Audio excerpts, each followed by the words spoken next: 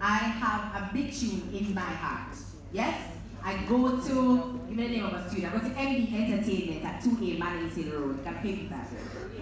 2A Manning Hill Road. And I said, listen, I have a song. And the producer said, yeah, I've been reading last night. What do I do next to make sure that if it buzz, I can earn, maybe about add a little extra thing to whatever the production is, but as a writer, I can earn from it. What do I do? First, second, third. Walk me through it.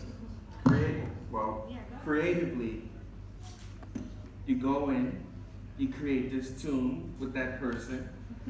Since it's only the two of you, you create it, y'all jam, y'all leave, or you say, I own 50% and you own 50%, or you own 75% and I own 20%. You come to a number of ownership. When you leave that place, when it comes to publishing, then you find an attorney.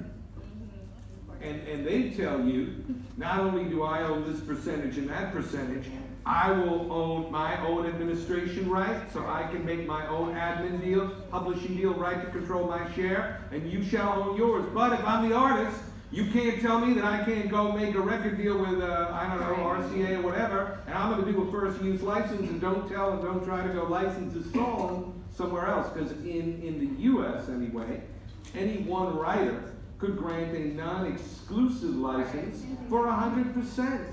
And that would be a fair duel if the artist is trying to make a deal and he has a hit happening, and then, you know, one of the writers goes around and says, let's cover, or not cover because it hasn't been published yet, but let's do another version. You have competing tracks. Right. So there, even on something as simplistic as agreeing to splits, you have to agree on control and under what circumstances. First of all, why is a song being written, you know? And then from there you can kind of suss out very, very quickly how to put together a deal that's going to protect each writer. You could also have scenarios after the song is written, as Al's saying, this doesn't move, we need Shaggy to jump on the record, right? Well, then Shaggy's going to come in and say, I need, you know, 16% or whatever, and then it becomes another conversation. Right. So, and is that a remix or the original version? And it goes on and on. So. We're speaking a lot about, we're speaking a lot about, of course, the writers, because it's about publishing. But at the same time, we also have to think about the other contributors, the producer, the artist, and so forth, because there are different persons involved in the process. And we have to look out for all the rights holders. So even though the producer on a technical level is not entitled automatically to publishing, the fact is there may have been a negotiation that says the producer can get a share of this, the lyrics or the underlying composition, depending on the conversation. Sometimes the producer is the composer. Sometimes the producer is the composer. But using your example though, Crystal, when that artist turns up at NG Studio, and there's a rhythm there, already sitting there and he likes the rhythm, and the producer says, or the label owner says, okay, more advice on this for me. What is going to happen now is that artist is recording for a producer, so that the label owns the master rights. That label now has the right to release, to distribute, to go to TuneCore, Zodiac, Atlas, whatever, digital distribution. And so royalties from sales or returns from sales, revenue from sales goes back to the distributor, to the master rights owner. However, having agreed to record for this particular producer, the artist himself now has rights in this as well. He may also have been the songwriter, so he's wearing two caps. As an artist, he can come to jams and register. We'll cover it globally, ensure the royalties come through the kind of song is played.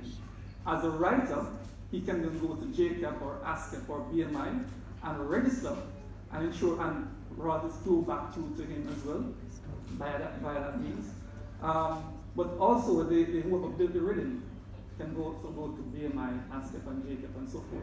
But one important part of ensuring that you're protected, which we highly speak of, and this came about in the Florida case and other cases, is that there's a thing called copyright registration. Yeah.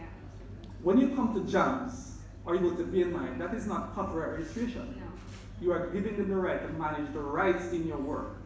Copyright registration is when you go to, let's say, JIPO here in Jamaica, or the Library of Congress in the US, and you say you're laying a claim to this creation. They're saying to the public, to the world, I created this. So there's a public record of it. So if someone comes to claim later down the road, 20 years down the road, that they were the original writers, there's a record there to say, no, this person recorded that he did this. And what it does, it protects you significantly in the courts, that method of protection. And you are then able to, if you're Flower Band, you're able to do what you do, right, and able to then benefit in some of the royalties if someone then samples your work because you did a copyright registration. If you do not do a copyright registration, and how are you going to explain this? If you do not do a copyright registration with the Library of Congress, it severely hampers how much you can earn when you make a claim against this Miley Cyrus in the States. Right? And I probably could pick up. It's true, but let me say this: as a publisher, if I'm like, I like to give writers, advice as well. And even if I'm not working with them, I always tell them, first and foremost, become a member of a performance rights organization. In the U.S., it's ASCAP, BMI, CSAC. Here it's JCAP, right?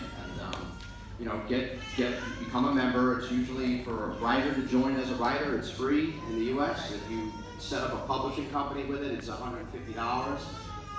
And register your songs. Register your songs right away. Like right after you recorded them, go get, if you're not in a publishing deal with somebody like me or Al, log into your account and register the song. Get all the writers that you were with, their information, find out if they're affiliated, because you have to make these registrations as accurate as possible, okay?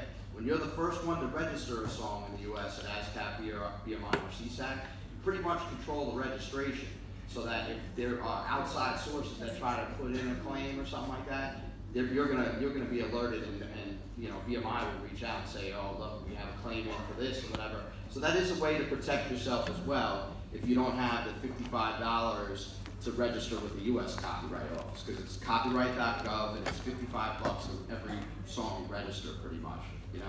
So I encourage the writers that aren't in publishing deals become a member of a performance rights organization, and that is a second income stream out of publishing. So you have mechanical royalties, which comes from streaming, record sales, permanent downloads. You have public performance royalties, which comes from ASCAP, BMI, and CSAC, and that's when your records are played on the radio. It's when an artist performs it at a venue. Say somebody does Lil Wayne does a show at Madison Square Garden, a big venue in New York. The Garden will pay for your song if it's performed, provided you have it registered with the PRO. So that's public performance. And then another big income stream is called synchronization. And that's when you get your song in a major Hollywood film, a TV show, a video game. So when you think of publishing, there's other income streams too, but these are the main income streams, and you have to be covered on all three of these to make sure you're collecting, and you're collecting worldwide as well. Too. I just wanted to get back to your point briefly on copyright registration, because this is so important for creators, songwriters, producers, whether you're an artist, songwriter, producer, protect your portion of the composition. When you register a song with the United States Copyright Office, if that registration is in place, first off, it's your key to get into the courthouse. You're not suing for copyright infringement in America, with some exceptions that I'll get to, unless you have pre-existing registration at the time of the infringement. And when the infringement happens, if that registration is sitting on a shelf somewhere down in Washington, D.C., you will have the sword to go in when somebody has licensed your work without getting a license for it. Whether they did a sample, you can go in and say, if I'm successful, you're going to pay my attorney's fees, which, the Marvin Gaye estate had a lot of those, as Pharrell.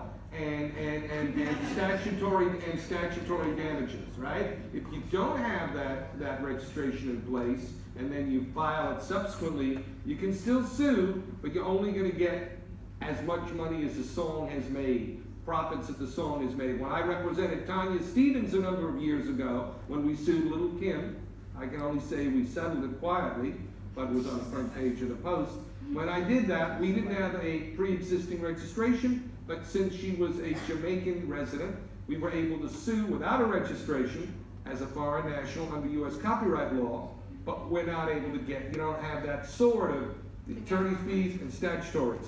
And all things being equal, if you have a claim and that registration is sitting there, even if you're Jamaican, right, and you're not, that registration is there, you're going to be able to avail yourself of some very powerful incentives to get labels and the publishers to settle earlier, assuming you got a claim.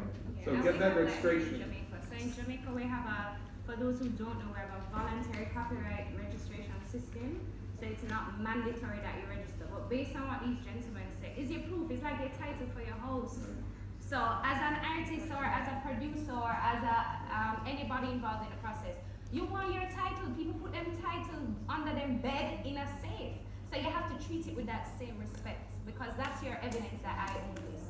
So no matter how small you think you are right now and how little your audience is right now, one of the things we've learned is that the overseas market is always listening. Even when you don't know they're listening to be inspired by something. And no matter what the little slang is that you have, and the phraseology in your music, and the way that you put melody to your thoughts, as little as it is, make sure you're part of a publishing group or team, and get some evidence of copyright for your work, because you might need it. Yeah, So the big question, because we don't